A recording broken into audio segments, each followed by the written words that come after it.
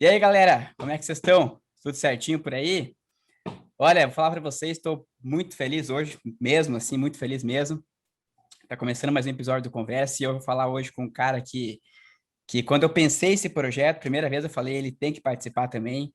É uma pessoa que eu admiro pra caramba, assim, que eu me espelho já. Primeiro, claro, pelo lado profissional, né? Sem dúvida nenhuma, um dos maiores publicitários do sul do Brasil aí.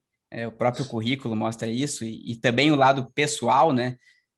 Um cara enfim, de um coração enorme, de um baita ser humano aí, que até pouco tempo atrás eu admirava de longe, eu acompanhava o trabalho, e até certo momento ele entrou na minha vida assim, até num momento bastante complicado para mim, e ele teve uma atitude assim extremamente que mostrou o tamanho do caráter e do coração dele. E desde então a gente começou a trocar ideia, a conversar de vez em quando, e hoje posso dizer que com muita satisfação que é um baita amigo aí que a vida me trouxe também. E hoje ele vai conversar com a gente aqui também para poder contar um pouco sobre muita coisa, né, cara? Palestrante, publicitário, professor, consultor de imagem. Seja muito bem-vindo, Zeca Honorato. Como é que tá, cara? Tudo certo? Muito obrigado pelas palavras exageradas aí que tu acabou de proferir. Sabia que tu ia E falar isso. tô à tua disposição, cara. Tu que é o anfitrião, o cara do show, o showman aí, a gente tá aqui para colaborar e ver se ajuda aí no teu propósito. Então, cara, quando eu chamei para a gente fazer essa conversa aqui, eu perguntei que vamos falar sobre o quê, né? E tu me disse, cara, sobre qualquer coisa, vamos trocar ideia e tal. Eu não entendo de quase nenhuma, mas se tu quiser falar alguma coisa, a gente troca aí, cara. Então, essa é a ideia. Mas eu pensei, eu tinha que dar um nome para esse episódio, né? Tem que ter um nome.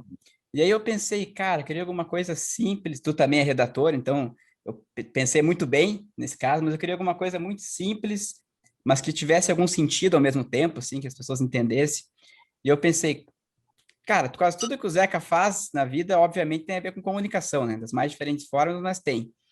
E tu tem, eu acho, uma característica nos teus trabalhos, nas coisas que você faz, que eu já percebi, que pouca gente fala, mas eu acho essencial, assim, faz toda a diferença. Tu tem uma sensibilidade muito grande, assim, de perceber o que acontece em volta, na vida, ler o contexto das coisas e tal. E aí eu pensei, cara, eu vou unir uma coisa com a outra, e eu falei, esse episódio vai chamar Comunicação da Vida.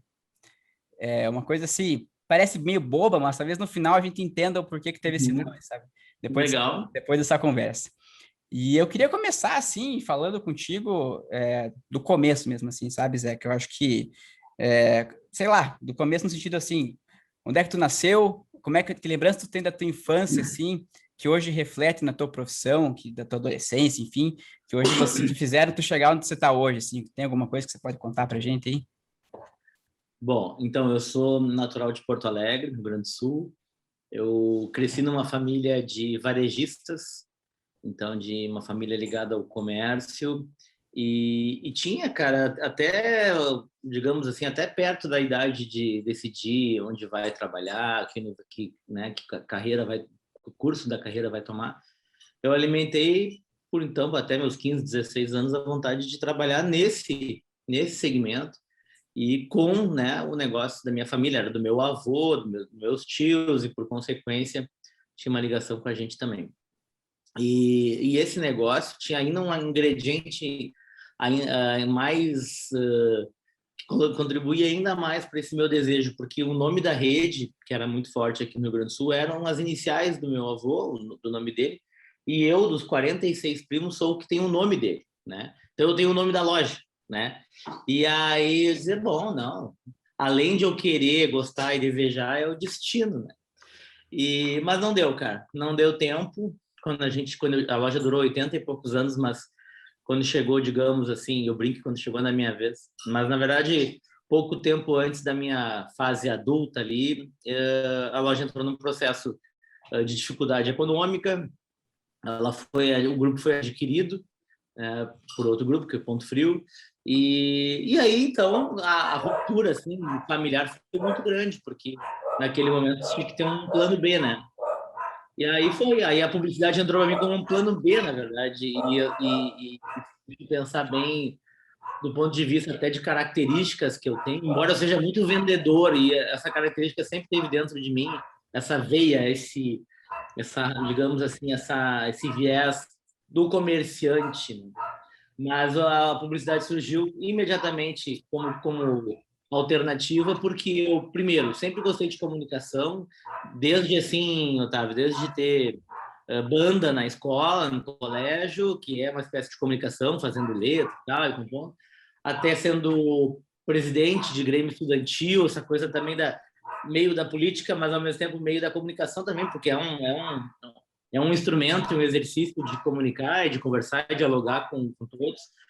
E eu tinha feito também, aí vem as curiosidades, eu tinha feito com 15 anos alguns comerciais como, não é nem ator, dá para chamar aquilo, como figurante, e eu estava uma vez numa, olha que engraçado que é a vida, agora falando para ti, eu comecei a me lembrar, eu estava numa festa de 15 anos, quando eu tinha 14 para 15, eu acho, ou era colega, 15 anos, e aí se aproxima de mim uma mulher mais velha e diz, tu já fez comercial? Não, nunca fiz. Eu sou do casting da Zeppelin, da 0512, depois virou Zeppelin, produtora muito, muito famosa, Zeppelin, né, de grandes comerciais para Skol, Fiat e tal. E me convidou para fazer um teste, aquilo logo depois eu acabei fazendo. E aqueles pequenos papéis ali que eu exercia ali, muito discretos, eles me serviram para conhecer também um pouco daquela função, daquele tamanho, do bastidor, assim, né, das grandes produções para televisão na época. E eu disse, cara, isso aí é uma coisa que eu botei no meu horizonte como vontade, ali com 15 anos. Aí veio a história da família, aí veio a história que eu já gostava sempre de comunicar e tinha essa veia muito grande de ser um cara comunicativo, né, de ter isso dentro de mim. Então foi natural que eu escolhi a publicidade, fiz na PUC aqui em Porto Alegre, na FAMECOS, que é a Faculdade dos Meios de Comunicação da PUC. Foi muito legal, assim, porque eu de cara me identifiquei. Não foi um período muito fácil, porque esses problemas familiares estavam bem, assim, digamos, no auge, e eu tive que me virar nos 30 ali para ficar na faculdade, fazendo atividades paralelas. Comecei a trabalhar desde o primeiro semestre, eu nunca fiz a faculdade só como estudante, eu sempre trabalhei junto, já em agência, mas no primeiro momento em agência como estagiário e de tarde vendendo, olha, daí o vendedor voltou, ó, vendendo olha que coincidência, a rede da minha família era de eletrodomésticos e eu acabei conseguindo um emprego para vender eletrodomésticos para os outros daí, num período, e no outro período estagiário de uma agência, que é o que eu queria, mas não remunerava ainda, né, como estagiário e tal, e estudando de noite, e fui pai aos 22 anos, né? Então, aquilo tudo junto, que na época parecia, como é que eu ia conseguir, meu Deus do céu, aquilo tudo junto foi fundamental para forjar, né, uma característica talvez mais, eu sou muito casca grossa, assim, né, de resiliente, e isso não falo assim para me achar ou para me exibir, não é isso, mas eu tenho eu mesmo me surpreendo com a minha capacidade de fênix, assim, de sempre estar conseguindo extrair do problema uma saída. Eu acho que vem dessa época, cara. Dessa época aí de ralação total, 20 horas trabalhando, domingo 3, 4, né? E aí foi, cara, e a publicidade foi muito generosa comigo, daí comecei na publicidade como estagiário, logo pude em seguida largar aquele emprego ali nas vendas e fiquei só com o que eu queria, dos 2 turnos.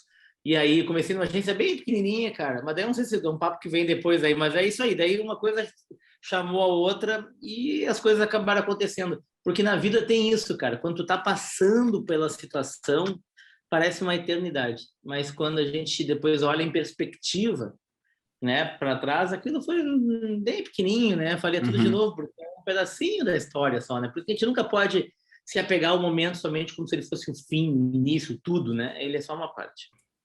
Pois é, não, tem muita coisa aí que eu não sabia. A gente já conversou algumas vezes, mas isso, e até algumas coincidências, assim.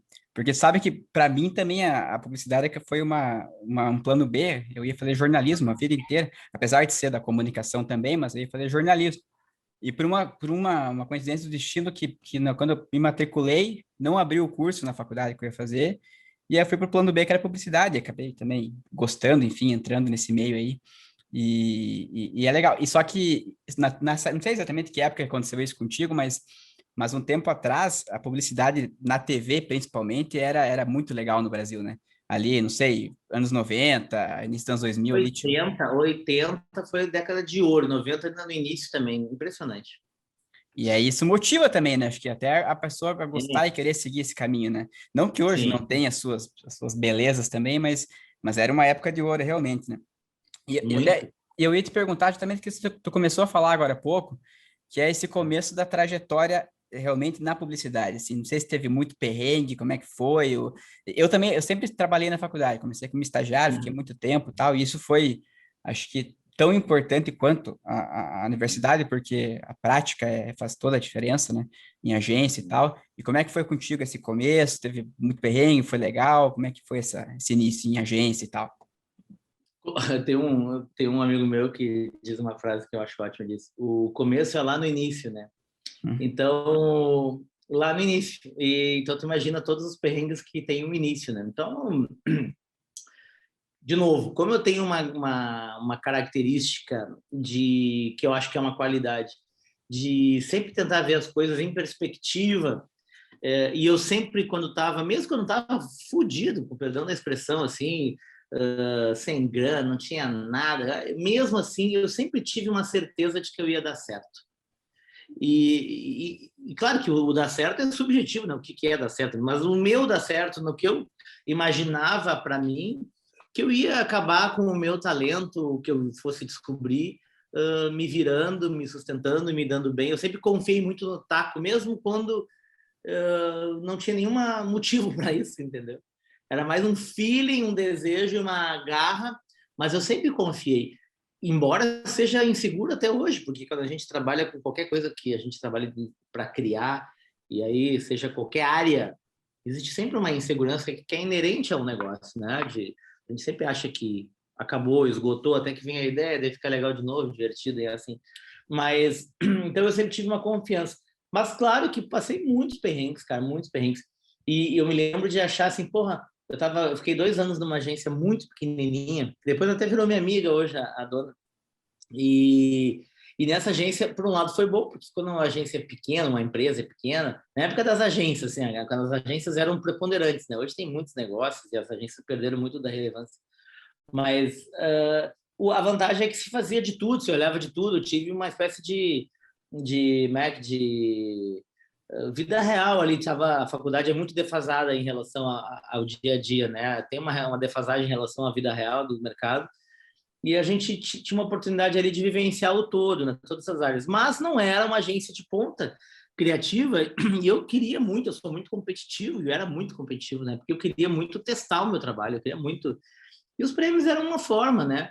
Os clientes grandes, os grandes trabalhos. Eu entrei na publicidade para fazer televisão. E como eu entrei na publicidade para fazer televisão, eu precisava de um requisito básico que era clientes que investissem de fato em televisão, né? Então, grandes clientes para fazer grandes trabalhos com grandes orçamentos. E não era o que eu encontrava ali, né? Então, eu fiquei ali muito frustrado e via colegas, olha como a gente vive muito no momento, né? Via colegas de faculdade que eu jurava, julgava, Deus me perdoe, que não tinha o mesmo talento, assim, e eu dizia, mas os caras estão super bem, estão lá, não sei aonde e tal. E a gente fica achando, por isso que a gente olha sempre para o micro, né? E tem que fazer aquele exercício de olhar de fora. Fica achando que perdi a vez, não era, tá demorando para mim, não vai acontecer, sabe aquelas coisas? E aí fiquei esses 2 anos que na época pareceram 30, né, nessa agência, mas foram 2. E no final do segundo ano para o terceiro, eu recebi um convite e fui para uma agência grande, cara. E ali, cara, mesmo que eu entrei como freelance, ali mudou tudo. Ali mudou tudo, porque já nos primeiros trabalhos a gente conseguiu emplacar, eu e o cara que estava comigo, um trabalho que ficou bem conhecido aqui. Aí vieram os primeiros prêmios, daí veio uma coisa de, para aí, então, quem sabe eu estava certo lá naquele meu prognóstico de que eu ia, né, me dar bem. E aí fui pegando confiança, tal, e aí a coisa deslanchou. Mas realmente, assim, no primeiríssimo momento, esses 2 primeiros anos, foi muito foda, cara, porque tu não tem nada, cara. Tu não tem, assim, eu não tinha remuneração adequada. Eu já estava, digamos, sabe o que eu fazia, cara? A mãe do meu filho mais velho, eu fiquei com ela desde os meus 12 anos de idade. Então, eu não saía de noite. Eu tinha, assim, aquele namoro que já tinha virado até acomodação, já de tanto tempo. Ali com 22 já estava um casal velho. Uhum. Então, eu não saía. O que eu fazia de noite, cara? Eu pegava pilhas, isso eu faço até hoje, às vezes, pilhas de folha A4, assim, branca, e ficava criando anúncios fictícios para clientes imaginários.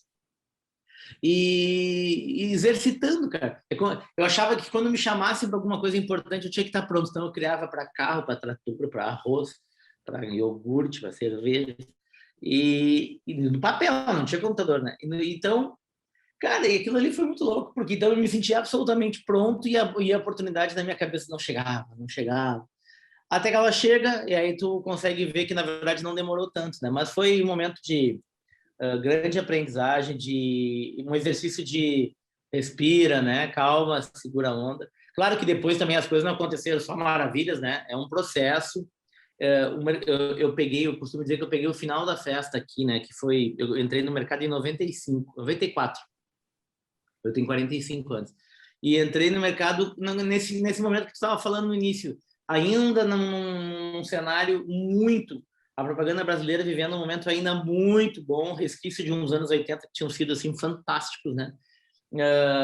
Com uma coisa que sempre mexeu comigo, tá? Sempre foi da minha essência como criativo, a linguagem pop. Assim, eu sempre gostei, né, de fazer comunicação e propaganda pop, né, com humor inteligente. Sempre gostei de fazer algo assim com uma cara bem brasileira. Então era o auge, né, tanto da W Brasil quanto da DM9 do Nizam, que tinha uma pegada muito, a Talent também, mas assim, sobretudo a W e a DM9, uma pegada muito nesse caminho aí. Então eu estava vivendo assim um período que ainda era de ouro. Então eu consegui, digamos, sobreviver a esse início, mirando muito essas referências, né? E depois, cara, como a vida é generosa, a gente acaba depois trabalhando com essas pessoas e encontrando em outras situações. E aí é que para. É que nem quando a gente tem a idade, cara. Quando tu tem lá 13, 14 anos, aquele amigo, primo, vizinho que tem 17, 18, parece que é muito mais velho. Mas quando depois tu tem 30, que todo mundo tem a mesma idade. É a mesma coisa, o mercado depois todo mundo se encontra, está todo mundo na mesma. Mas sempre pareceu assim, que eles estavam em outro lugar, né? E foi, cara, eu acho que, como tu falou, a qualidade da propaganda brasileira naquele momento, ela foi para mim uma espécie de chama sempre acesa, assim. Eu sempre fui muito fominha, muito fominha. Eu sabia tudo que saía, eu gostava de tudo, eu via tudo, eu sabia, assim, quem tinha feito o quê, eu era um viciado em propaganda. E aquilo me deixou, assim, muito, como é que eu vou dizer, também, por outro lado, aumentou minha ansiedade, muito sedento para chegar logo à minha vez, né? Então, acho que o início mais difícil para mim não foi nem administrar a falta de grana, porque depois, quando começaram a surgir os prêmios, a grana veio meio que de alavanca, não foi crescendo, né, de forma gradativa. Mas a administração da ansiedade, do querer de uma vez fazer as coisas importantes, me sentir realmente capaz, para mim foi o mais difícil. E tu sempre foi redator ou não? Sempre. Sempre redator, né? E eu acho sensacional, assim, né? É que faz um pouco de tudo em alguns momentos também, né? Claro. Sempre, não, sim, mas sempre redator, até que depois, anos depois, virei dono de agência por uma decisão. Uhum. E aí, bom, daí, claro, daí eu exercitei um outro lado meu, daí foi um resgate, talvez, lá daquele passado não realizado, né, do empresário, do cara das vendas, do cara da linha de frente, de um cara que tinha que, muitas vezes, conciliar. E para mim foi sempre esse dilema, ser o criativo e ser O o gestor, frontman. né? Nunca gostei de ter empresa, assim, nunca gostei. Uhum. E tive por circunstâncias, mas assim, o redator, o criativo sempre teve ali, assim, ó, cutucando para ficar na linha de frente. E depois muda, né, cara? Depois vem mudando, vem outras coisas. Infelizmente não existe mais esse espaço, não existe mais, né, o mercado como era, né? Não existe mais. Se eu quisesse hoje assim, eu não quero mais nada, eu quero só voltar a ser redator, não tem nem onde trabalhar, né? Vai trabalhar fazendo métrica lá né? Nada contra, mas não é, né? Então, aquele negócio para qual eu me preparei, sonhei e treinei e me dei relativamente bem, não existe mais. Mudou muito, né? E aí que eu ia chegar. Aí depois tu teve agência, e daí, inclusive, até fala um pouquinho como é que foi essa experiência, e daí tu até presidiu a Associação Rio Grandense de Propaganda também, que foi, acho que, um outro ponto alto aí dessa carreira toda, e como é que foi tudo isso? Bom, a vida inteira como redator, depois diretor de criação, Aí, ainda bem jovem, fui dar aula na mesma PUC que eu fui aluno. Fui dar aula com 24 anos, fui o mais jovem na universidade. Entrei, fiquei 10 anos lá, foi muito, assim, uma experiência maravilhosa, porque, imagina, bem jovem, me colocou em contato com alunos, às vezes, mais velhos do que eu. E aquilo ali me exercitou uma outra faceta, assim, que depois veio ser fundamental para a vida de palestrante, né? O palco, a frente, né? A apresentação. Eu sempre fui muito, modéstia à parte, sempre fui muito bom de apresentação. Eu sempre, nas agências, o cara dizia, não, já que eu me apresento, né? E por quê? Porque eu sempre gostei de argumentar, defender e tal. Então, essas atividades acabaram me forjando. Mas redator de autocriação, aí fui para isso paralelo dando aula, né, tal. E outras coisitas, né, mas assim, sempre no departamento de criação. Fui para Santa Catarina, Floripa.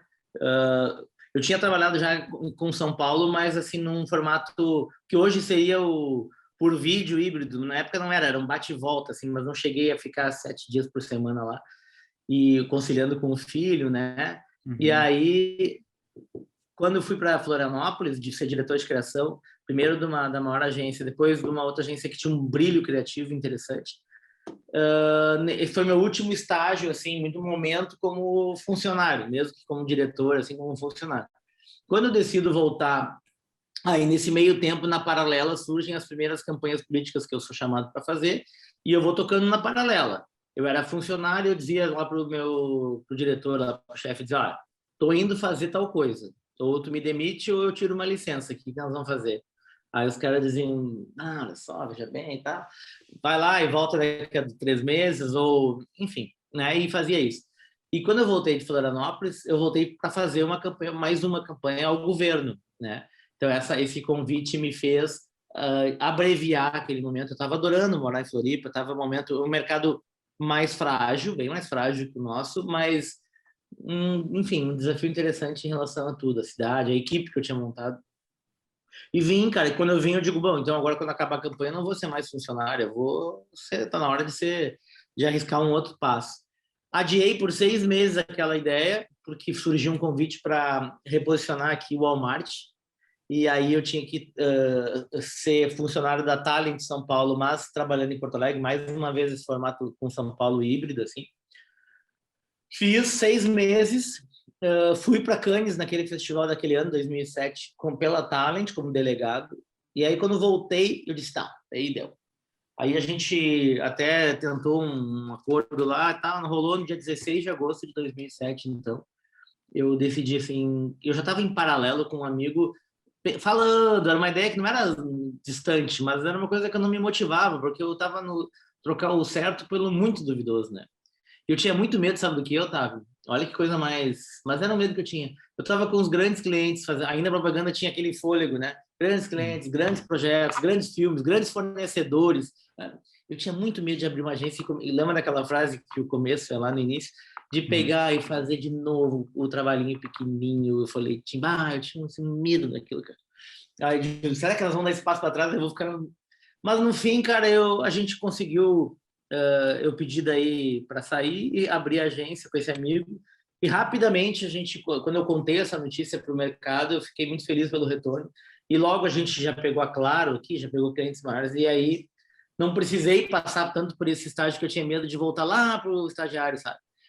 E foi, cara, foi uma experiência como dono de 11 anos, né? Uma experiência, cara, foi os dois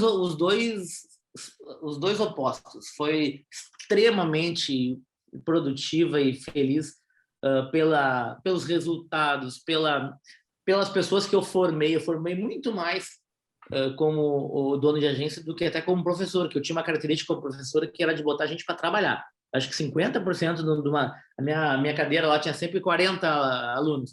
No mínimo 20 eu botava para trabalhar. Começava o semestre sem trabalhar, acabava trabalhando no mercado. E como dono de agência eu pude formar muita gente. A AMA foi uma escola assim para muita gente aqui, uma boutique, uma agência de criação, uma agência que tinha um foco claro e manifesto de ser uma hot shop, assim, né? Uma empresa preocupada com o brilho criativo. A a gente era criativos em todas as funções, e as pessoas que a gente trouxe para trabalhar, eu digo porque depois meu irmão também entrou nesse processo, foi meu sócio, foram pessoas que tinham que ter essa consciência de que ali era uma agência de criação. Então, foi maravilhoso. A gente foi a agência Revelação do Ano com 11 meses de vida aqui, que é um mercado bem disputado com grandes agências. A gente, durante os primeiros 6 anos, a gente sempre ficou entre as 3 mais premiadas. O mercado tem 300 e poucas agências, tinha, né? A gente tinha uma carteira de clientes ótima, tudo certo. Sondado para ser vendido para multinacional, sondado para participar de grupos, tudo certo. Os primeiros 5, 6 anos. Durou 11 anos que eu fiquei com a agência. Cara, eu acho que eu perdi o time, assim, de me desfazer, sabe? Uhum. E aí fiquei os últimos anos muito desgostoso, muito meio sem vontade de ir para o meu próprio negócio. Uhum. Cara, isso aí reflete, né? Daí a gente já não tem o mesmo gás, eu já comecei a dar muito mais atenção para os meus projetos paralelos. É como se eu estivesse fazendo por fora, mas escondendo de mim mesmo, né? Porque eu era o dono de uma coisa e fazendo por fora de mim, né? E comecei a dar muito mais atenção e a parte política começou a vir de forma assim muito grande, em volume muito grande para mim. E aí naquele formato da consultoria política e do marketing político eu tinha autonomia total, eu voltava a ser o redator, entende? Eu voltava a ser o cara que pega o trabalho e faz. Como agência eu pegava o trabalho, passava para a equipe, estruturava, muitas vezes nem via o trabalho, né? Então eu acho que foi isso também. A minha vontade de voltar a ser redator era tão grande que eu criei uma armadilha para mim e comecei a fugir. Teve épocas que eu fiquei 2, 3 meses sem nenhum dia, né? Eu nem não tinha sócio, né? Sim. Então foi uma experiência que no final foi já mais cansativa. E aí, nesse tempo, como eu falei, tu presidiu a Associação Rio Grandense de Propaganda, né? Eu fui vice-presidente. Primeiro eu fui vice-presidente durante 2 anos e depois pulou uma gestão e eu fui presidente. Achei que tinha que cumprir aquele ciclo ali. E fui presidente e foi bom, cara. Daí uma atividade mais institucional. Aí o redator lá da origem, que virou diretor de criação, porque a criação é a cozinha, né? Uhum. Não tá não tá teoricamente na mesa onde as coisas se decidem. Então, o criativo para pular essa barreira e virar um cara de negócios, né? De cifras, de fechamento, ele tem que vencer algumas etapas. Ou ele acaba vencendo pela notoriedade, o cara ganhou assim uma reputação e acaba indo, ou porque o cara tem essa característica de ser um cara que apresenta, que vai para o cliente, que é uma linha de frente, assim, ou porque alguém olha para ti, acontece muito assim, e te enxerga um talento, alguma coisa em ti que de repente tu mesmo não viu, te puxa lá da cozinha e te coloca na frente. Mas o fato é que, como presidente da ARP, né, da Associação Rio Grandense de Propaganda, eu completei aquele ciclo, né? O redator lá da cozinha, que virou diretor, que foi apresentar a campanha, que virou dono de agência, professor, ganhou então a chance de sentar na mesa lá onde se decidiam os BVs do Estado, onde se decidiam as contas de 130, 40, 190, 200 milhões. Então, ali foi uma experiência, para mim, de fechamento de ciclo, assim. Tanto é que eu saio da ARP, vendo a agência, e saio da propaganda no mesmo mês, né? É como se fosse realmente o finalzinho do ciclo. Que completou tudo. E aí a gente chega pelo menos na minha parte favorita, que foi como eu te conheci, que é uma paixão, porque eu também atuo e, claro, muito longe do teu nível, né? Longe de mim disso, mas que eu também atuo e sou apaixonado, que é o marketing político, né? Que é também a área que eu escolhi me especializar, enfim, em termos de estudo e tal, de formação, e que eu lembro que isso começou assim na infância. Eu lembro que eu era uma das poucas crianças, adolescentes que adorava assistir horário eleitoral. Todo mundo fugia, desligava, não queria saber, não achava nenhum canal que não estivesse passando e eu gostava de assistir. E aí que eu decidi, depois de formado, seguir para essa área. E foi aí que eu conheci teu trabalho, que a gente começou a conversar e tal, que tu já fez campanha a nível de estado, enfim, coisas muito grandes, Prefeitura de Porto Alegre, eu tenho na memória assim, muitas coisas que tu fez que eu vi assim que me inspiraram bastante para várias questões aí. Como é que foi? Tu até começou a dar uma pincelada, como é que foi essa inserção, como é que tu foi parar no marketing político e quais alguns dos melhores momentos assim que tu consegue lembrar assim disso tudo? Cara, Otávio, como tudo na vida é meio, eu não acredito no acaso, assim, aquele, né, total. Como tudo na vida, a gente se movimenta. Depende de como tu olha. Tu pode olhar de uma forma mais mística, tu vai dizer que Não, a gente, né, joga para o universo traz. Se tu olhar de uma forma um pouco mais pragmática, tu vai ver que tudo que tu foi plantando ou qualificando na tua atuação profissional, tudo de algum momento brota e reflete e traz frutos, né? Para mim foi duas coisas. Sempre gostei de política. Eu também. A primeira eleição direta no Brasil depois dos episódios, né, dos anos da ditadura militar e da eleição indireta do Tancredo e do Maluf foi a eleição de 89. Eu tinha 14 anos. E olha que coisa engraçada. Eu também gostava de assistir. E que coisa engraçada. Eu, naquele período pré-eleitoral, ali bem na época, começando os programas eleitorais, eu quebrei o nariz jogando futebol. Eu sempre joguei bola, sempre joguei assim, semi-profissionalmente futebol. Então eu jogava muito, com muita frequência, e eu quebrei o nariz numa jogada, eu desmaiei, acordei lá aqui no pronto-socorro, com uma pessoa do meu lado, não sei quem é. E aí acordei e tive que me operar. Até hoje eu tenho o nariz quebrado, assim.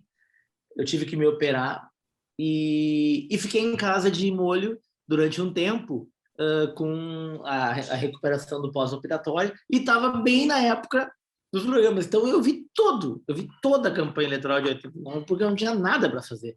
Era uma época sem TV a cabo, né, 89. Então eu vi, que a gente falou, todos os canais abertos estavam transmitindo. Então eu vi a Fife, Ulisses, Brizola, Lula, Collor, Aureliano, depois o Silvio Santos entrou, depois o Silvio Santos saiu, tudo, né?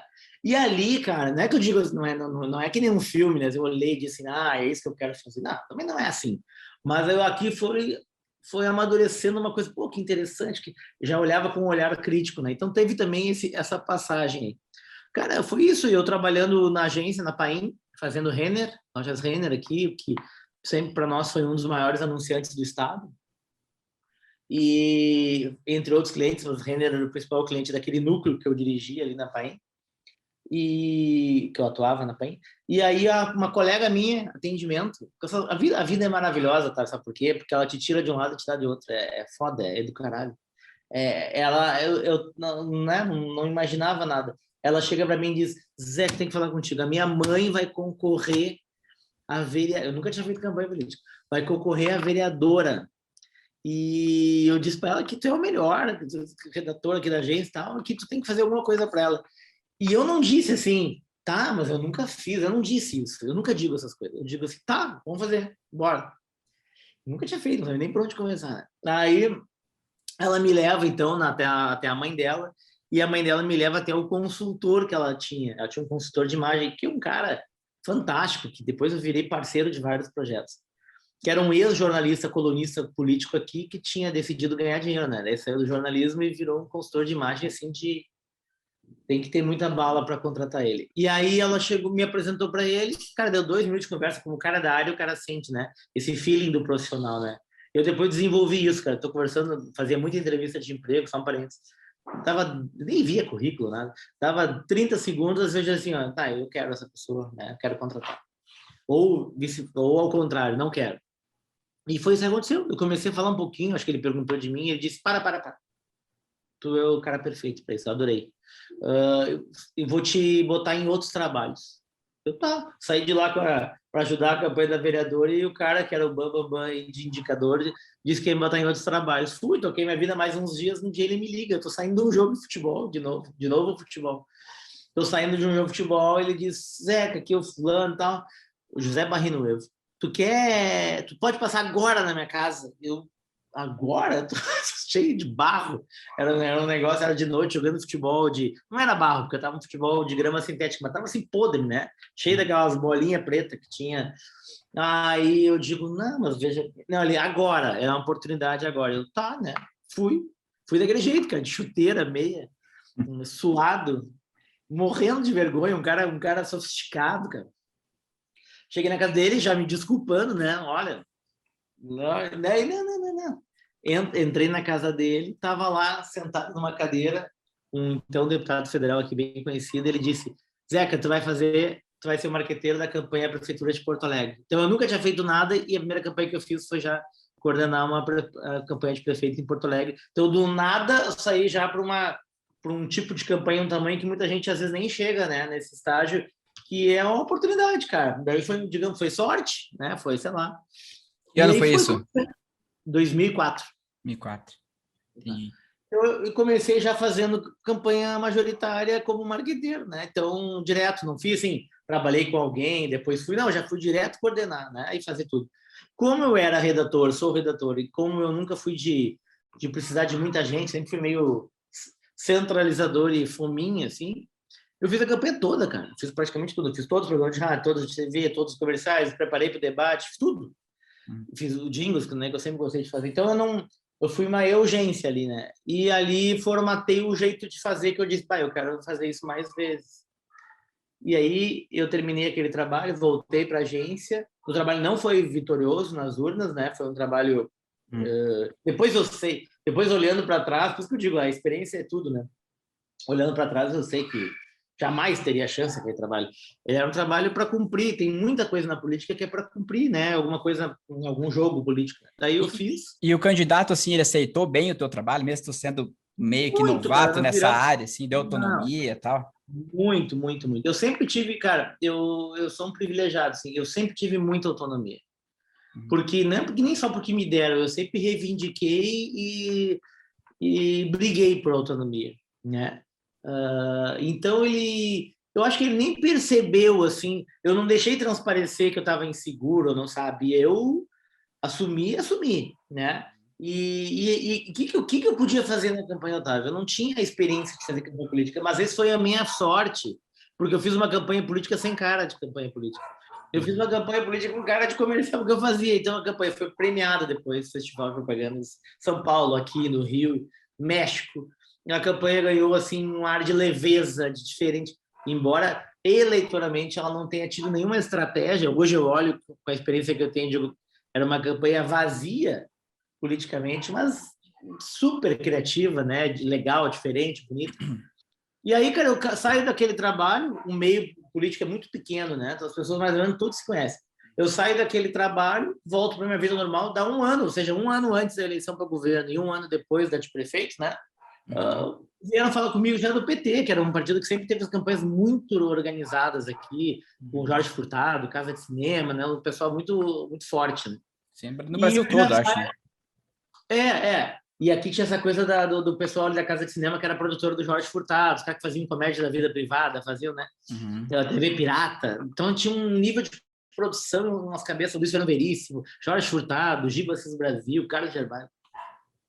E eu saio dali, então, nessa campanha inicial para coordenar uma campanha de governo do partido que geralmente tinha mais estrutura para fazer, né? Então, sorte de novo. Daí foi uma campanha totalmente diferente, né? Uma campanha eu já mais, um pouquinho mais maduro, eu com muita estrutura, não para criação, mas estrutura de pesquisa, de tracking, né, tá? E ali foi uma escola. Aí dali nunca mais parei de fazer. Isso era governo do estado, 2006? Era estado, 2006. Quem que era o candidato?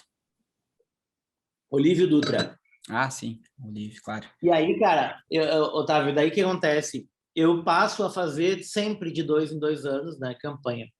Mas no próximo ano, então, nessa cronologia que a gente está fazendo, no próximo ano que seria 2008, eu já estou com a agência, porque eu abro ela em 2007, né? E estou trabalhando em agência desde 94, lembra, né? Então fui fazer política 10 anos depois, 2004.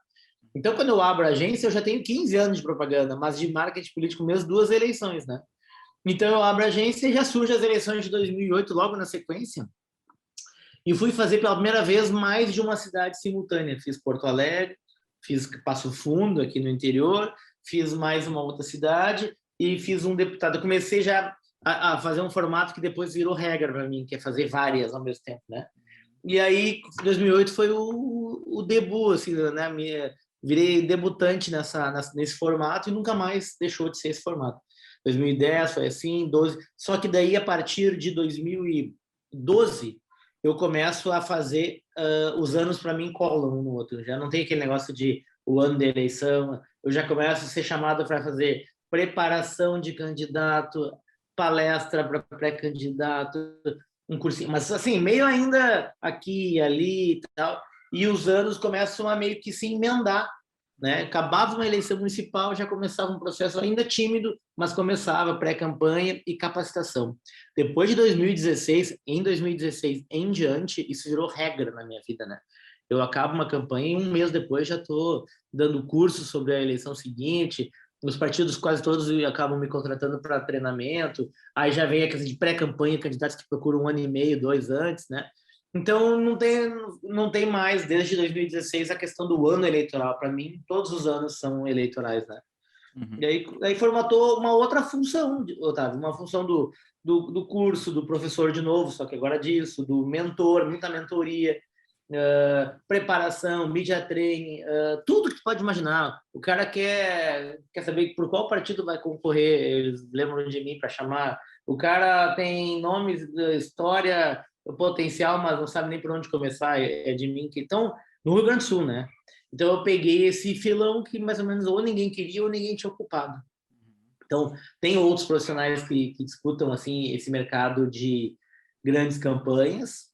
Aí, Fábio Bernardi, Martinelli, tu tem 3 ou 4 aí que disputam, digamos, comigo, assim, né? Que esse mercado a gente está junto. Uhum. Mas nesse mercado de capacitação, não sei se porque não interessa a eles, ou porque não atentaram para isso, ou porque não, né? Eu acabei ficando meio sozinho. Até porque, por exemplo, o Fábio tem agência também, né? Então, acho que ele também atua muito na área privada. E o Martinelli acho que tá fora agora, não tá em Porto Alegre e tal. Então, E assim, aí, acho que... ele faz trabalho, eles fazem trabalhos, não pensa que não. Uhum. Tu pega o Fábio, consultoria para o governador direto, Fábio. Como é que eu vou te dizer assim? Eu também continuo na iniciativa privada. Claro, eu não tenho agência como o Fábio tem hoje, não tenho mais. Mas eu não quero falar dele especificamente, mas no geral eu acho que tem uma questão assim, ó, exige um tipo de dedicação diferente. Por exemplo, eu fui o único deles que fui para o interior, entendeu? Claro. Então, eu vou tentar fazer uma frase que ela vai soar, assim, não é arrogante, ela não é mesmo, ela é de verdade. Uhum. Os meus concorrentes grandes ficaram nas grandes campanhas apenas, em Porto Alegre, no governo, tá, no meu estado. E eu fui para o interior também. Então, o meu mercado é 497 municípios, o deles é um.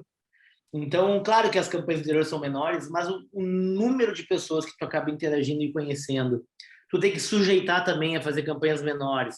Tu tem que, claro, abrir mão de coisas, mas eu me adaptei. Então, eu acho que eu fiquei com mais mercado, mas abrindo mão muitas vezes. Por exemplo, a campanha do ano passado, aqui em Porto Alegre, o vencedor foi o Melo, eu fiz Uhum. toda para a campanha do Melo, eu fiquei 1 ano com o Melo. Uhum. Eu lembro disso. De figurino, de estratégia, de posicionamento, de orçamento, de pré-campanha, literalmente, de comunicação, de acordo, de tudo. Só que chegou na hora do pré-campanha ali, que eu digo na porta da eleição mesmo, que a eleição foi adiada ano passado, então estava na porta da eleição e eu já andando pelo estado inteiro e também ficando aqui. E fiz em 2 meses 30 e poucos mil quilômetros, né?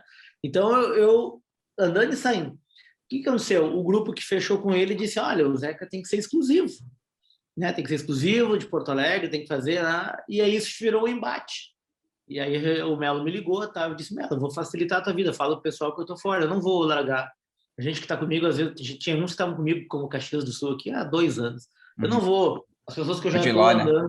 andando, fazendo pré-campanha agora, eu não vou largar, por mais que Porto Alegre seja a maior campanha do estado, a que eu talvez mais quisesse fazer, não era justo e eu não queria abrir mão desse filão que eu tinha também conquistado, que é fazer interior. Então, ali eu saio da campanha, né, no Melo, e me jogo para o interior. Eu fiz daí 27 cidades. Foi um processo legal. Legal. E aí eu quero pegar um ponto que é bem específico, assim, é uma pecinha do quebra-cabeça, mas acho que é uma pecinha muito importante, e que é uma coisa que junta um pouco do redator, um pouco do marketing político, claro, não só na política, mas principalmente, que eu sou também apaixonado, que é aquela coisa do jingle, né? Tu é também um especialista em jingle, e cara, eu sou assim, talvez a parte que eu mais gosto em fazer em campanha, ainda mais em campanha política. E eu já acompanhei algumas coisas que tu escreveu e tal, me lembro, assim, de até coisas mais recentes, assim, aquele jingle da campanha do Maurício, em 2016, que ficou muito legal, agora pro Senado, do Reis, enfim. Fala um pouquinho como é que é, assim, tu tem algum processo de criação, algum diferencial nesse sentido do jingle, como é que tu vê toda essa questão, sabe? Eu sempre gostei de criar para rádio, na propaganda empresarial. tá? Então, para mim, eu sempre fui um criativo, um redator que as equipes, os diretores de criação, os clientes sempre direcionavam para mim nos trabalhos de rádio. Não sempre, o que não tinha outro, mas eu sempre era um nome lembrado para fazer rádio, spot e jingle. Jingle porque aquela coisa que eu te falei, desde ter banda a gostar de música, a escrever para música é diferente de escrever para, né, para qualquer outro tipo de formato de texto. E eu sempre tive essa, digamos, vontade, facilidade, interesse. Então foi meio natural. Agora, no jingle político eu tenho assim algumas premissas, né? Por exemplo, eu nunca fiz jingles nem para empresa, nem para político, porque eu fiz só a letra. Não existe. Depois vai atrás. Nunca dei uma referência a algo meio assim, nunca. Eu sempre fiz guia cantado, eu sempre fiz melodia, né? Então, quando eu pego os primeiros jingles políticos, eu entendo a lógica. O jingle político, ele é um discurso, né? E aí eu consigo colocar toda a essência da estratégia ali e a gente vai arrematando, vai aperfeiçoando e no fim, cara, vira uma peça de grande discurso, de posicionamento, de discurso, com um refrão pegajoso, né? Resumindo. Como é que é o meu processo criativo? Ele é muito prático, assim, não tem assim, eu não preciso me inspirar nada assim, eu sempre crio, né? Até porque eu crio em volumes industriais, né? Então, crio 30, 40 jingles numa campanha, né? Então, eu não tenho muito assim, eu não posso me dar o luxo de dizer, eu estou sem ideia. Então, eu dou um jeito. Acaba vindo, nunca fiquei na mão. Mas é assim, porque eu acho que eu me envolvo muito com as histórias, né? Então, eu sempre faço uma entrevista com os candidatos, tiro muita informação. Mas informação que, a princípio, não é importante. Como é que o hobby do cara, quando o cara era solteiro, qualquer coisa assim. E ali sempre tem um gancho, né? Um gancho que eu uso, que é o lado mais poético, assim. E isso acaba, para mim, me ajudando muito, porque para conteúdo de letra, a letra não pode ser um texto frio, né? Tem palavras que não são cantáveis, né? Então, aí que entra um pouco da história de escrever, saber escrever música, ou seja, também escolher as palavras que são certas, não escrever redações completas. A música é mais picotada, ela não tem um raciocínio linear, né? A música não é linear, né? Então, acho que quando tu vai pegando a manha pelo exercício, vai ficando mais fácil, mais interessante. Aqui, eu vou te falar que eu sou bem conhecido por jingles, assim, porque tem essa facilidade. Gosto como é que eu vou dizer assim, tu tem que ter os parceiros certos também, né? Por exemplo, eu sempre botei meus jingles em produção com quem eu confiava demais, assim, né? Então, porque não adianta, tem que ser muito bem executado. Então, cuidar do processo como um todo, né? Tu ter essa questão do saber o que tu está pedindo também. E outra coisa, Otávio, que para mim é até contraditório com a maioria das pessoas, mas eu nunca gostei de ouvir nada dos outros, assim. Eu nunca gostei não dos concorrentes, mas assim, eu nunca, para fazer um jingle, eu fiquei ouvindo jingles. Não, para mim me atrapalha. Para mim, eu preciso fazer um negócio. Claro que tem a memória da gente que fica ali, né, resquícios, mas eu sempre procurei fazer qualquer tipo de criação, seja um outdoor, um filme para TV, um spot rádio, um jingle, sempre eu tentei fazer com a cabeça mais zero possível, com menos referências possíveis, né, para criar uma coisa assim realmente inédita, se é possível isso. Então eu sou um cara que tem uma criação bem volumosa de quantidade, mas eu sou uma pessoa que, fora aquele período lá no início que eu falei, né, de olhar a W, olhar a DM9, de ver o início daqueles anos de ouro, fora aquele momento, eu sou um cara que consumo praticamente zero de propaganda política, então eu nunca olho os outros trabalhos, eu tenho até uma certa preguiça, cara, de falar a verdade. Eu sempre gostei do nosso processo ali, da nossa campanha, e claro, quem concorre direto com a gente ali. Mas então eu me sentia sempre muito livre para criar, assim, eu tinha muito medo de estar copiando alguma coisa, sabe? Eu sempre tive esse receio, assim, que ninguém pense um dia que eu copiei uma linha, porque se aconteceu alguma coisa foi coincidência, porque eu não olho o trabalho dos outros. Então, esse prazer, para mim, é o professor Pardal. Para mim, criar é uma história de fazer do zero. E, se não é possível totalmente, porque a gente traz referências da vida da gente, ok. Agora, não vai ser porque eu nunca vou fazer como eu já vi colegas meus, mandar para a produtora, por melhor que seja a produtora, dizer, ó, é uma coisa meio assim, meio assado, e aqui tem uma coisa que o andamento é meio não sei o quê. Não, para mim isso era preguiça. Então eu crio, faço a guia, canto pro cara, mostro os instrumentos que eu quero, que tipo de voz, como é que eu quero que seja assim a mixar. A gente vai entrando no... Então eu gosto do processo artesanal assim mesmo do jingle, né? Mas a parte do conteúdo é uma parte muito baseada naquelas entrevistas que eu faço a sós com o candidato, que eu tiro assim coisas de vida. Então, minhas letras sempre tem alguma coisa. Claro que tu falou agora do Maurício, por exemplo, só para citar um exemplo, uma campanha majoritária que tem pouco tempo de TV, que a execução vai ser mais prejudicada por isso. Aí daí cada caso é um caso, daí tu tem que fazer jingles mais curtos que vão direto pro refrão, aí são técnicas que tu vai aprendendo. Agora, quando a gente vai, o jingle, tu falou de Lauro de Caxias no ano passado, é incrível, belíssimo. Por quê? Porque é uma peça longa. Então, cara, como é que é o meu processo? Se eu tenho a história na minha cabeça, o processo passa a se sentar sempre no papel. Eu sempre crio no papel, né?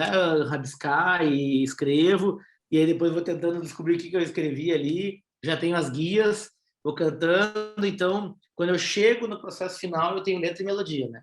E aí eu já mando a guia e a letra. Então já está criado, o cara só executa, né, na produtora. E eu acho que esse é um baita diferencial, até como eu falei no começo, que eu percebo que tu tem uma sensibilidade para perceber, que eu já participei de reunião de criação, assim, brainstorm, tal, em agência e tal, que às vezes a primeira coisa que falam é, ó, tragam referências, vamos pegar referências de outras campanhas para poder se inspirar. E eu também acho que não é o melhor caminho, e tento aplicar isso no dia a dia, mas realmente é uma coisa que não é todo mundo que faz. E tem algumas, eu já percebi, assim, essa questão do discurso cantado, realmente como tem que ser, e dá uma diferença se tu pegar, meu Deus, que horror, tipo aquelas paródias que fazem, às vezes, numa campanha eleitoral, que dá arrepio só de pensar, comparar isso com um jingle bem produzido, bem assim, escrito, é que nem um jogo da Champions League com um jogo do Varziano, assim, né, cara? Dá uma diferença gigante, né? E outra coisa, né, Otávio, eu até falo nas minhas palestras, é preferível um jingle de qualidade musical e de letra ruim, mas totalmente dentro do foco e do posicionamento, do que uma peça belíssima do ponto de vista musical, completamente vazia de conteúdo político, entendeu? Então é 1000 vezes o cara acertar o conteúdo. Claro que o ideal é o casamento das duas coisas, isso é o que a gente procura. Mas é 1000 vezes preferível o conteúdo estar certo do que exatamente a forma. E muita gente faz exatamente o contrário, né? Então, paródia nem se fala, paródia é crime, isso é crime. Claro, além disso é crime, né? Isso aí nem. Eu, quando chego nos lugares, os caras dizem isso, eu digo, bom, então eu tô indo embora, eu não tem nada a ver, eu não faço o que eu vou fazer. Então, mas é comum em alguns lugares menores, assim, às vezes eu encontro isso. Cara, por 2 motivos eu não gosto. Primeiro, porque crime errado, 3 motivos. O segundo é porque se dá para fazer é preguiça, né? E o terceiro é qual é a forma mais correta de a gente traduzir essa campanha e botar para a rua? É com o discurso. O discurso vai ter que caber daí numa coisa já pré-existente. Não, o discurso é ele que vai determinar depois qual é que vai ser o formato. Porque primeiro eu venho o discurso, depois eu vou formatar. E tem algumas sacadas legais que eu lembro, assim, né, de que tu escreveu até, pegando esses exemplos que eu falei ali, do Maurício tinha aquele do Deu Pra Ti Baixo Astral, que é da música do Cleiton e Cledir, né, que coloca. Aí, mais recente agora, esse do Heise, que conta aquela história dele ser um cara reconhecido no interior e que agora... E que agora tinha que ser conhecido de uma forma mais maximizada e tal. Tudo isso dentro da música, né? Isso que é legal, né?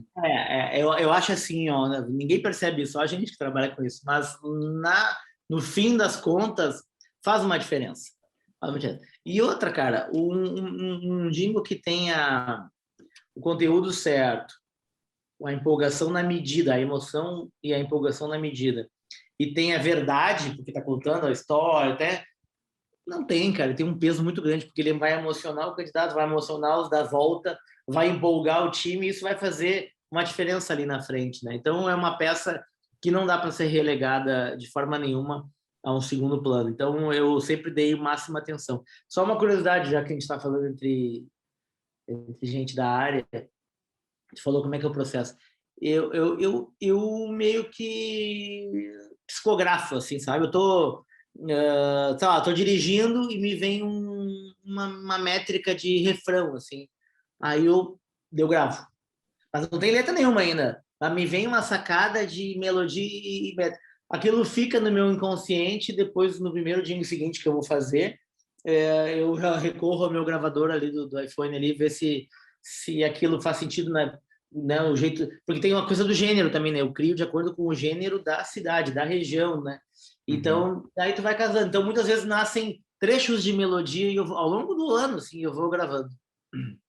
Tá, e agora vamos falar do momento atual. Eu sei que tu tá sempre com projetos novos e inovadores também, e agora tu tá com toda uma questão de mentoria, a gente já conversou sobre isso também, assim, que vai até além da comunicação, da publicidade, da consultoria. O que você está fazendo agora? Qual que é o teu momento agora?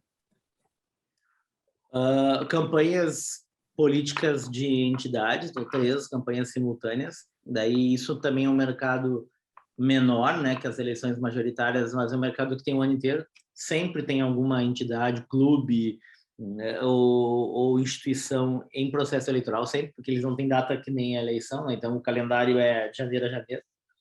Então eu também acabei, né, entrando nesse mercado, que é a notoriedade de quem faz campanha eleitoral partidária para esse mercado é total, né? Então Sim. surgem muitas coisas. Então eu estou com 3 campanhas nesse tempo, que é Ministério Público, o Sindicato dos Professores e a Federação dos Municípios, que aqui chama FAMURS, né, que é a Federação de Todos os Municípios. Uhum. Mentorias, daí as mentorias são para empresários, tem artista, tem jogador, pode ser políticos ou assessores, né? A gente que trabalha com isso. As mentorias, elas são uma coisa mais relativamente nova na minha vida, embora eu sempre tenha feito mentoria, mas só que sem essa nomenclatura ou sem esse formato, né, mais formalizado, e que é a coisa de E até orientar. para pessoas comuns, assim, desconhecidas, tu também faz mentoria, assim, né? Sim, sim, sim. Eu tenho aí advogadas, eu tenho aí 3 advogadas que, por exemplo, Uhum. casualmente da mesma área. Tem gente que quer entrar numa área nova, tem gente que precisa de relacionamento, tem gente que vislumbra uma carreira como desembargador, que precisa de indicação, então a gente trabalha toda a relação política. Tem gente que precisa ver se vai concorrer ou não, daí as minhas mentorias são mais para formatar basicamente a pré-candidatura e, no fim, acaba entregando um diagnóstico para ver se a pessoa tem ou não tem chance. E ali a gente é taxativo, assim, né? Mais que tu queira fechar um trabalho, mais um trabalho que aquilo te represente uma remuneração. Eu digo, né? Tem, não tem. Uhum. Então a gente tem que ser mais frio ali. E é isso aí, cara. Mas são as mentorias, as campanhas. E eu nunca deixei de atender as empresas, não tenho agência, não quero ter agência no formato que eu tive, mas eu brinco ainda com os. Brinco não no sentido de não ser profissional, mas eu ainda não abandonei por completo os projetos para as empresas, mas hoje muito mais numa figura de consultor. Né? Em alguns lugares que eu atuo, grandes empresas, por exemplo, existe a figura da agência, né? Eu sou um elo entre o marketing e a agência, eu sou um cara que dá os insights, os caminhos. Isso eu fiz com calçado, fiz com grandes grupos no ano passado, no final de 2019, na verdade, até o início da pandemia, depois deu uma parada geral, mas como era o ano de eleição, eu confesso que eu não senti nada econômico, nenhum revés econômico da economia, para mim foi um ano maravilhoso, 2020. E agora voltei com tudo, assim, tem algumas empresas de mais variados setores, só que em entregas diferentes, para uns uma entrega mais completa, para outros uma coisa de consultor, só que daí eu não tenho equipe mais, né, Otávio? Então o que eu faço? Eu faço por projeto, eu faço quase tudo sozinho, quando existe uma demanda que eu não entrego pessoalmente, por exemplo, eu tenho sempre comigo contratado, tendo ou não tendo trabalho, em casa, que eu digo, mas ele vinculado a mim, um puta de um diretor de arte que eu amo, um editor, sempre tem um editor que está vinculado a mim. Se eu fizer hoje o negócio aqui, eu tenho ele para editar. Eu tenho comigo os meus parceiros de produção de filme. Eu tenho comigo parceiro de áudio trilheiro, então eu não faço nada de banco, pego sempre trilhas. Então eu criei uma mini empresa onde ninguém se encontra faz muitos anos, Uhum. mas que a gente tem muito antes da pandemia, mas eu tenho um braço para oferecer qualquer coisa para o cliente, né? Então, eu não disputo esse mercado das agências porque, primeiro, que mudou muito, e segundo, porque as contas grandes, eles estão em grandes estruturas, eu não sou essa grande estrutura mais, né? Mas eu trabalho com empresa ainda, então consultoria, palestra, muita palestra, muita palestra. Amanhã eu dou uma, quarta dou outra, quinta dou outra, sábado dou outra, e na sexta, é quase 4 dias por semana, mais ou menos. Para partidos, nesse momento, mas também muito para entidades empresariais, varejo. E é isso, e professor da pós, né? Agora dou aula na pós-graduação, mas daí é 3 meses por ano só. Entendi. E vai fazer campanha eleitoral no que vem? Também engatilhado? Como é que tá? Como é que eu vou te dizer? Eu tinha pensado em parar, né? Eu lembro que tu falou mesmo. Por causa cara, cansado, a política como um todo, muito desgastada. Eu tenho empresários e clientes que eu vou que os caras dizem, cara, tu é um cara do caralho, pena que faz essa merda aí de política. Então, sabe que a boa parte do empresariado odeia política. Eu nunca quis perder o vínculo com os empresários, né? Eu prefiro a iniciativa privada 1000 vezes, né? Mas eu gosto de campanha política. Eu gosto de preparação de candidato. Eu gosto da adrenalina de uma eleição. Muito legal. Eu não gosto, nada contra, mas eu não gosto, assim, não seria secretário, não teria conta publicitária da Prefeitura de Porto Alegre, por mais grana que fosse, eu não teria conta do Banco do Estado, aqui, que é talvez a maior conta. Eu não me interessa esse jogo. O jogo que eu sempre gostei foi da eleição, da coisa do formata, posiciona, tem tempo para acabar, tem pesquisa, tem adversário, tem que fazer aquela coisa da botar aquela. Agora, tanto é que os caras, não sei se eu estou me alongando aqui, mas só para te explicar. Não, imagina. Tanto é que tem gente que fala, que diz, tu deve ser aquele cara que tá sempre lá quando não tinha pandemia, né? Sempre lá na Assembleia, sempre no governo. Cara, eu vou muito pouco, eu sou bem relapso com esses meus relacionamentos. Eles sabem quem eu sou e eu sei quem é eles. Claro que eu já fui, já vou, vou quando precisa, tenho portas abertas, mas eu não sou um cara que frequento o poder, assim, sabe?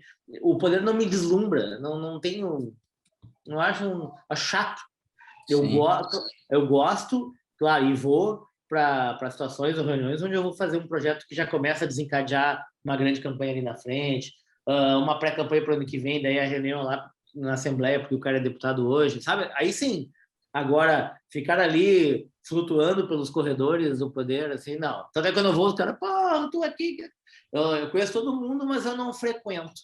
Então, e isso não é nem um juízo de valor que eu faço, não é. Cara, eu não sou uma pessoa, como é que eu vou dizer? Sou extremamente sociável, tá? Me dou bem com as pessoas e tal, mas eu não sou muito assim arroz de festa, assim, sabe? Eu não sou de estar em todos os lugares, as posses. Eu nunca fui numa posse, já elegi 60 prefeitos. Eu nunca fui numa posse, nunca. Se eu tava falando, eu nunca fui numa posse. Eu não vou, cara, eu não sei. Quando chega a hora das posses, eu tô na praia, tô surfando, eu tô noutra, a minha cabeça já virou. Né? Então eu não sei, cara.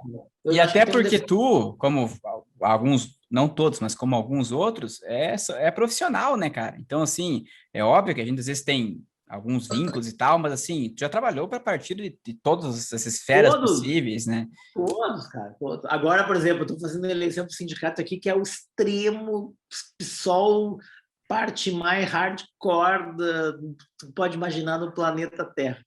E aí, no mesmo dia, estou fazendo uma campanha de extrema direita e pré-campanhas para hiperdireita. Aí de noite, é assim, cara, no mesmo dia, para todas as correntes ideológicas. É que o pessoal coloca no mesmo balaio, né? Porque às vezes tu tá trabalhando com um político, não quer dizer exatamente que você é um político, você tá profissionalmente prestando um serviço para ele. Somente isso, né? Eu sempre gostei de ter essa liberdade, assim, né? Claro que também, né, Otávio, eu não sou ingênuo, nem infantil, nem deselegante de numa situação lá X eu ter que dizer, olha, eu tô aqui só por dinheiro, na verdade eu sou contra tudo que você dá vontade de dizer, né? Mas não, Sim. O que eu faço? Eu sou nesses casos eu me sinto um tradutor, né? Eu sou um veículo, né? Eu tenho que pegar todo aquele conteúdo e traduzir de uma forma palatável, legal, emocionante, divertida, eficiente. Tem que ter sangue frio e trabalhar, né? Mas não preciso me envolver emocionalmente com aquilo. Eu tenho um envolvimento grande, mas não preciso assim entrar no mérito. Eu até entro numa lavagem assim de, tá, entra por aqui, sai por aqui, vou fazer o meu, faço bem feito, mas eu não me apego. Zeca, então só para fechar agora, queria saber como é que tu acha, como é que tá, primeiro hoje, a comunicação no Sul, no Brasil, a publicidade por aqui também, a política por aqui também, por que não? E para o futuro próximo, quais as projeções também que você acha, como é que vai caminhar, o que vem por aí na tua opinião aí? Uh, Cara, é como eu te falei antes, assim, talvez eu não seja a pessoa indicada para fazer esses prognósticos, porque eu sou tão alheio, cara, tão alheio.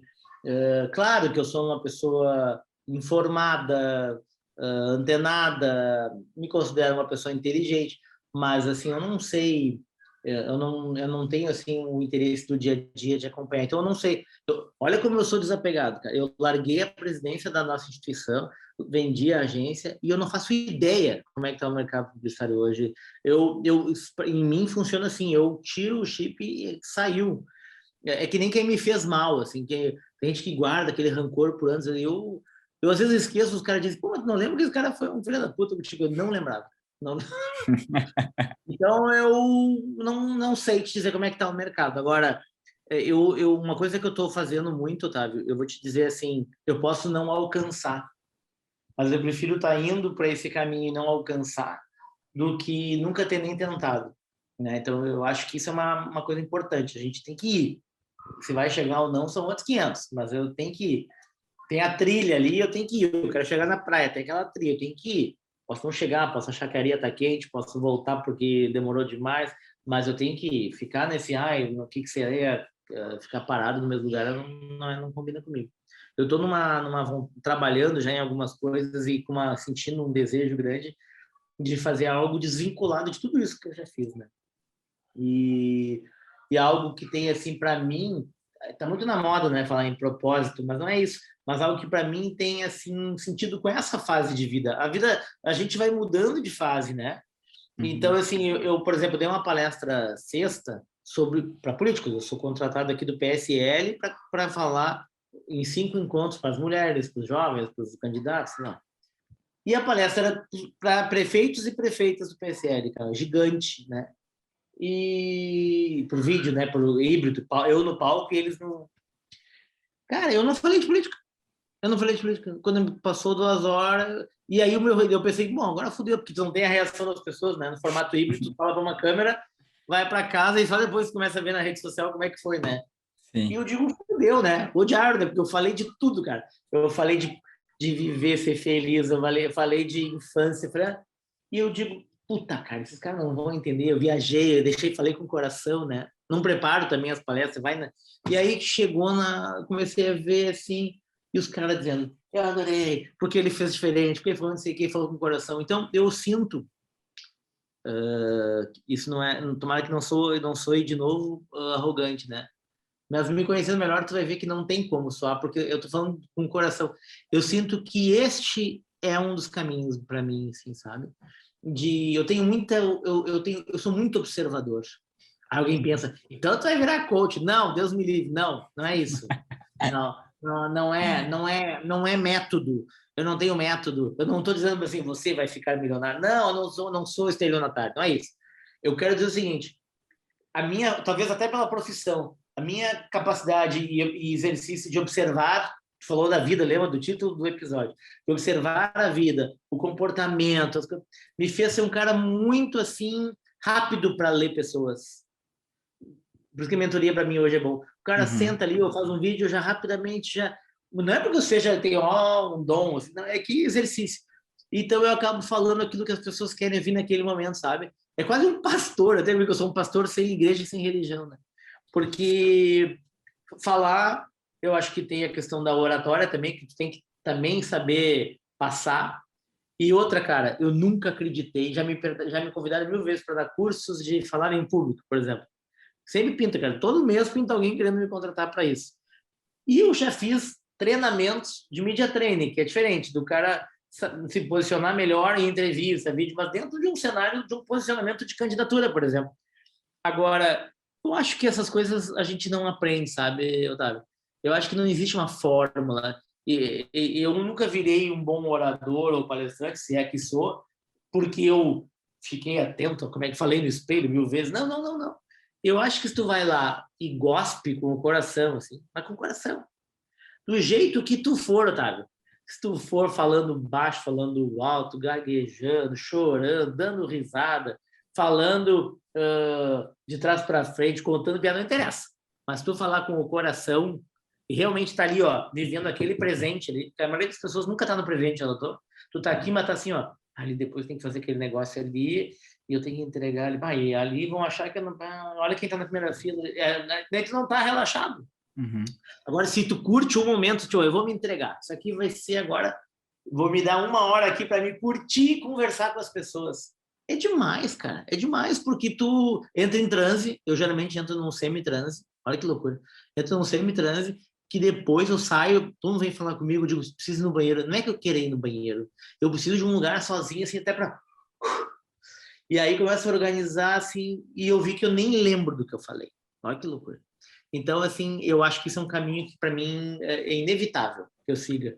É um caminho de tentar passar alguma coisa, inspirar ou ajudar. Por isso que a mentoria é uma possibilidade, sabe? Eu não estou formatando ainda, mas de tentar pegar uma problemática de um grupo, assim.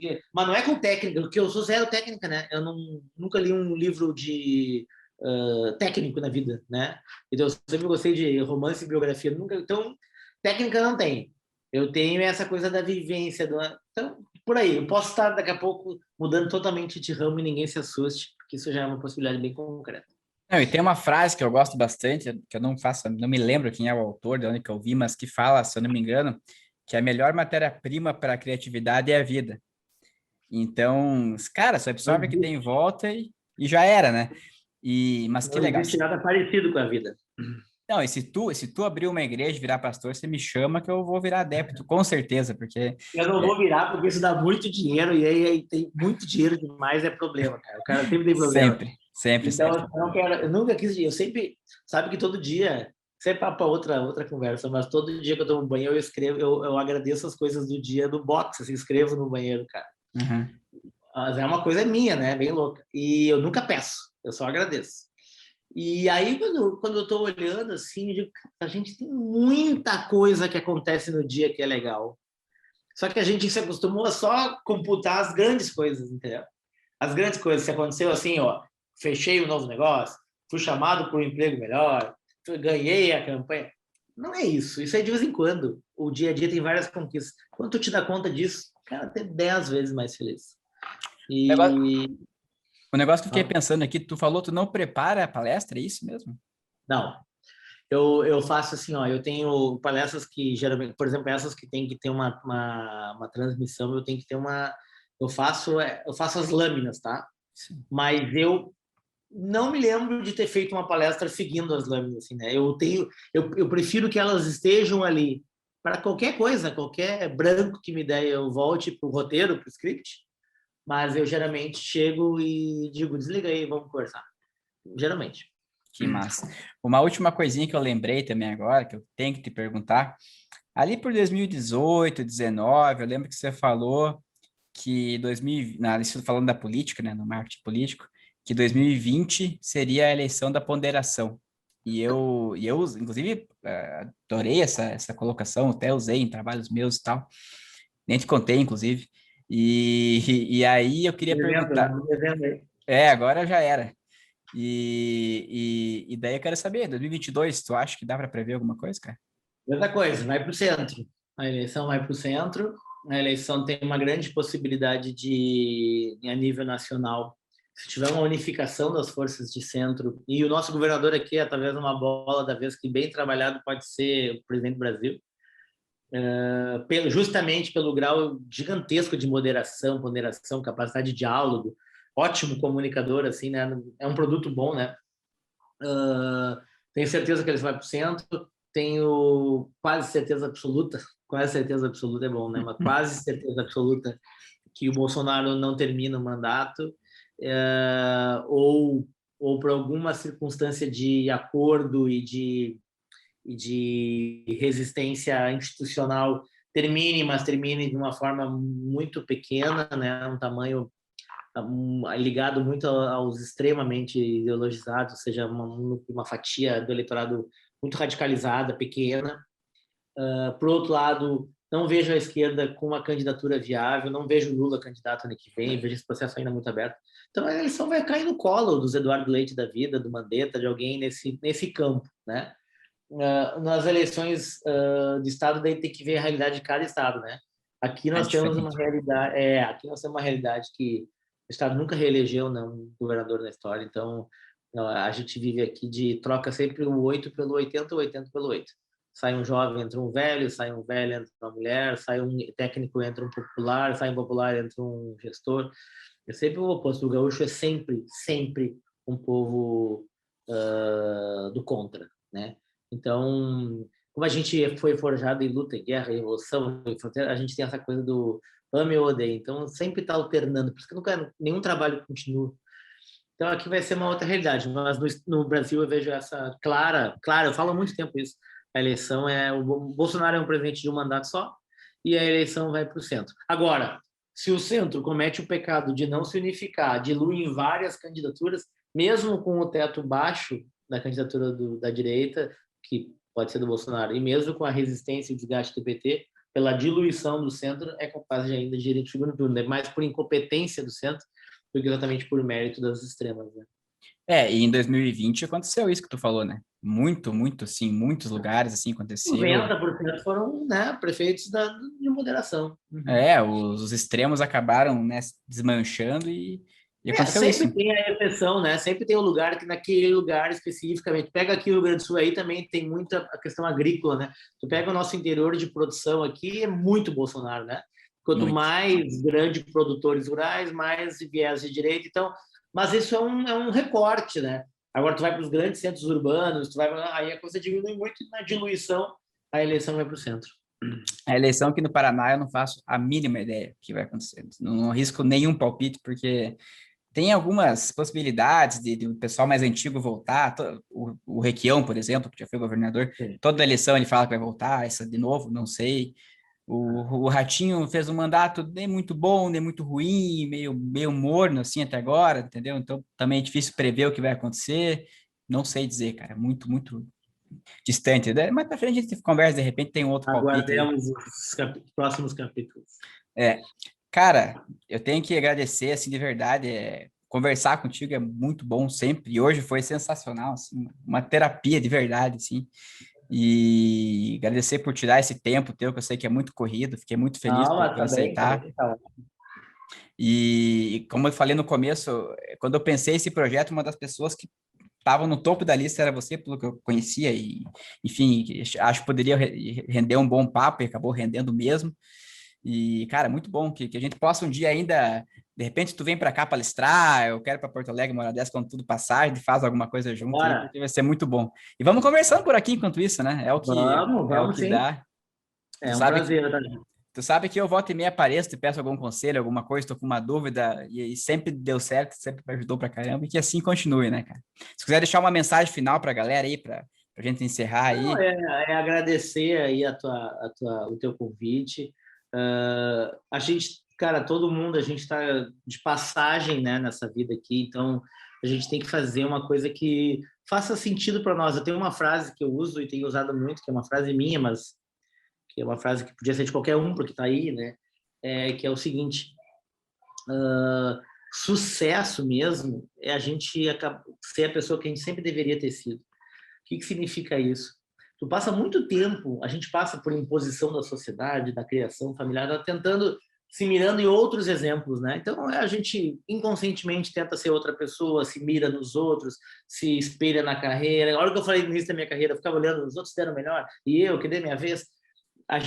Quando a gente consegue se desapegar disso tudo e ficar só na nossa essência, assim, tu vai ver que muita coisa que tu faz não precisa fazer, porque tu faz mais só porque é por outros motivos, não pelo teu, né, fluxo e DNA, coração. Então, eu acho que é isso, cara. Se as pessoas pudessem dar uma olhadinha para dentro e dizer, pô, será que preciso estar fazendo essa corrida toda aqui? Ou será que eu não estou? E acho que a pandemia ajudou muito isso. Muita gente se deu conta de que a vida é breve, é rápida, é frágil. Então, vamos fazer o que eu gosto uma vez e parar de ficar inventando aqui, parar de ficar usando essa roupa chata, nesse emprego chato, nessa, né? Então, eu acho que esse é um recado, assim, olhar um pouquinho para dentro e ver assim, o que eu estou fazendo é porque eu gosto, é porque pai, mãe, cunhado, mulher, periquito, vizinho, comparação, né, status, o que é? Qual é a motivação? E a motivação tem que ser tu tem que fazer aquilo profissionalmente que tu faria mesmo que não te pagasse. Se tu fizer profissionalmente aquilo que tu faria mesmo que não te pagasse, tu certamente vai ganhar dinheiro, vai se dar bem. Cara, obrigado. Obrigado pelo papo de hoje, por tudo sempre, por Tamo tantas junto. conversas aí. E tamo junto, a gente continua aí. Qualquer coisa, sempre só dá um toque. Galera, Então tá. brigadão. Valeu. Eu volto numa próxima aí com mais um episódio do Conversa. Esse foi o Zeca Honorato hoje. Abração pra todo mundo. Beijo. Valeu.